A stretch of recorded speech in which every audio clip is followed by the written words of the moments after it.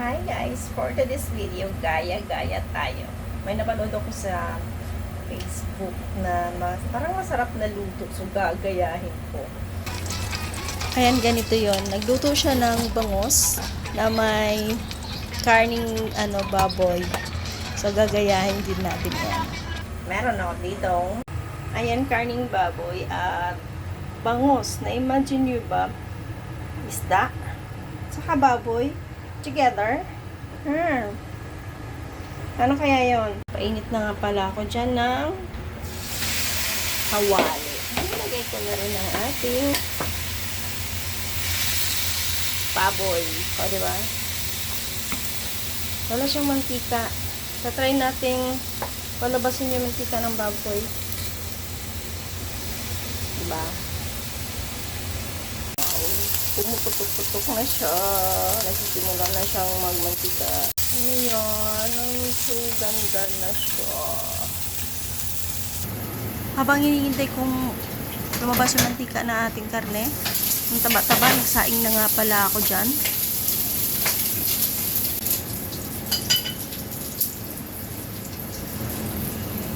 Ayan, okay na yan. Tanggalin na natin, ilalagay na natin dito. Diba? Lagyan natin dyan. Ayan. So, ayan, hindi ko na yan nilinisan. Basta ko na lang nilagay lahat ng mga ingredients dyan, no? Para mas madali. Kasi nga, alam nyo na, kusina ni amo ito. Kaya, madalian lang dapat yung mga galaw. So, lang, nilagay ko na lahat-lahat kung ano yung nakita ko doon. Kinamatisan lang naman ang tawag dito. So, kung paano niluto yung kinamatisang isda, ganun din ang luto dito.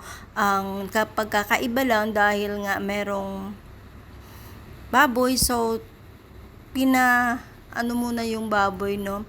Sinakutsa mo na yung baboy, pinalabas yung mantika, saka nilagay. So, ayan, naglagay na nga ako dyan ng paminta, at saka ng patis. So, naglagay rin ako ng konting asin dyan. So, yun lang. Ay, yung bango niya. Grabe.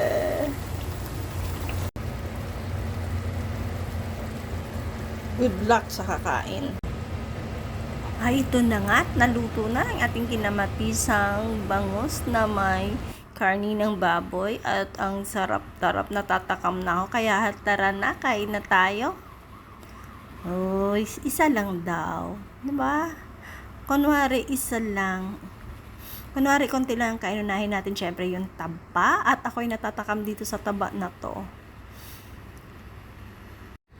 Matikman na nga at nang malaman natin kung talagang masarap. Masarap siya, masarap. Para sa akin, masarap. Pero yung napili kong pork ay matigas yung karne ha. Dapat pala dyan yung liempo. Pero masarap naman talaga.